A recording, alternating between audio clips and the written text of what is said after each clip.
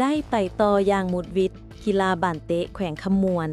ภายหลังดวลจุดโทษชนะแขวงจำปาสักสบายดีท่านผู้ชมมื้อนี้ข้าพเจ้าจะนำเสนอการแข่งขันกีฬาเตะบานกีฬาแห่งชาติที่นครหลวงเวียงจันทน์การแข่งขันกีฬาบ้านเตะในรอบ8ทีมซึ่งเป็นการพบกันระหว่างทีมแขวงคำมวนพบกับแขวงจำปาสักในวันที่20 พฤศจิกายน 2025 อยู่ที่สนามกีฬามส.นครหลวงเวียงจันทน์การแข่งขันในครึ่งเวลาทำอิฐยังบ่มีทีมใดสามารถยิงประตูของทีมกงกันข้าม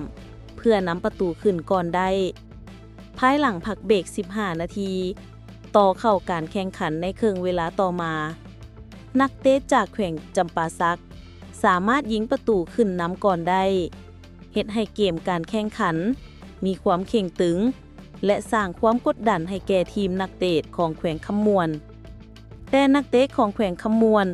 ก็ได้ใช้พละกำลังเทคนิคและความสามารถของตนเท่าในเกมการแข่งขันเต็มที่จนสามารถยิงเข้าประตูนำไปเสมอได้1-1ในเวลาต่อมาบรรยากาศการแข่งขันก็ได้กลับมาเข่งตึงให้แก่นักกีฬาทั้งสองฝ่ายอีกครั้งหนึ่งการแข่งขันก็ได้ดำเนินไปเรื่อยๆจนกรรมการตัดสินเป่ามักหวีดหมดเวลาด้วยประตูเสมอกัน1-1เพื่อเลือกให้ได้ทีมที่ชนะเข้าในรอบต่อไปกรรมการจึงได้ตัดสินให้นักกีฬาทั้งสองทีมดวลจุดโทษผลการยิงจุดโทษแมนทีมของแขวงคำมวนสามารถเอาชนะทีมของแขวงจำปาสัก3-2 ประตูเฮ็ดให้แขวงคำมวนได้ไปต่อในรอบ4ทีมสุดท้ายเกมการแข่งขันนัดต่อไปของกีฬาบ้านเตะแขวงคำมวน